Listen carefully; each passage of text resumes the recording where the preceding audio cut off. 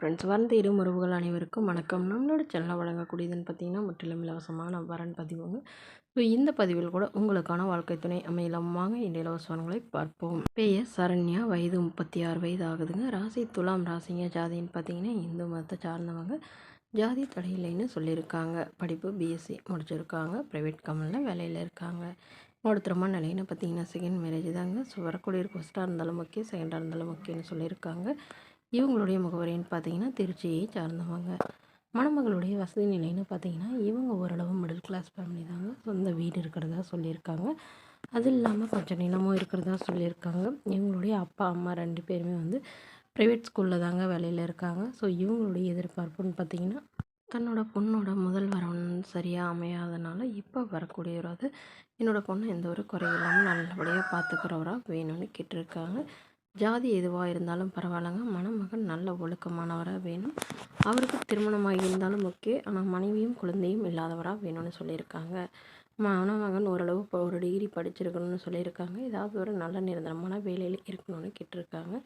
ஒரு சொந்த வீடு மட்டுமாவது இருக்கணும்னு சொல்லியிருக்காங்க. வாடகை வீடாக இருந்தாலும் ஒன்றும் பிரச்சனை இல்லைன்னு சொல்லியிருக்காங்க. ஸோ மணமகளுக்கு ஒரு 10 சவரன் நகை போடுறதோ, அது இல்லாமல் எங்களால் முடிஞ்சளவு ஓரளவு சீர்தனத்தில் செய்யணும்னு சொல்லியிருக்காங்க. இவங்களுக்கு உடன் பிறந்தவங்க ஒரு தங்கை மட்டும்னு சொல்லியிருக்காங்க. இந்த மணமகள் தன்னோட ஃபோட்டோ கொஞ்சம் மறைச்சி போடுங்கன்னு கேட்டதுனால ஃபோட்டோ கொஞ்சம் மறைச்சி போட்டிருக்காங்க. இந்த மணமகளை உங்களுக்கு பிடிச்சிருந்தா கீழே உள்ள வாட்ஸ்அப் நம்பரை தொடர்பு கொள்ளவும். அடுத்த வரன் பேர் பார்த்தீங்கன்னா ரோகிணி, வயது 35 வயது ஆகுதுங்க. ராசி கும்ப ராசிங்க. ஜாதின்னு பார்த்தீங்கன்னா இந்துவில் ஜாதி தடையில்லைன்னு சொல்லியிருக்காங்க. படிப்பு பிஏ முடிச்சிருக்காங்க. இவங்க ஆரியா ஒர்க் வந்து சொந்தமாக வச்சு நடத்திட்டு வராங்க. ஒரு 2-3 பேரை வச்சு வேலை வாங்கிட்டு இருக்கிறதா சொல்லியிருக்காங்க. நல்ல ஒரு இன்கம் வரதா சொல்லியிருக்காங்க. எங்களோட திருமண நிலைன்னு பார்த்தீங்கன்னா செகண்ட் மேரேஜ் தாங்க. ஸோ வரக்கூடிய ஒரு ஃபஸ்ட்டாக இருந்தாலும் ஓகே, செகண்டாக இருந்தாலும் ஓகேன்னு சொல்லியிருக்காங்க.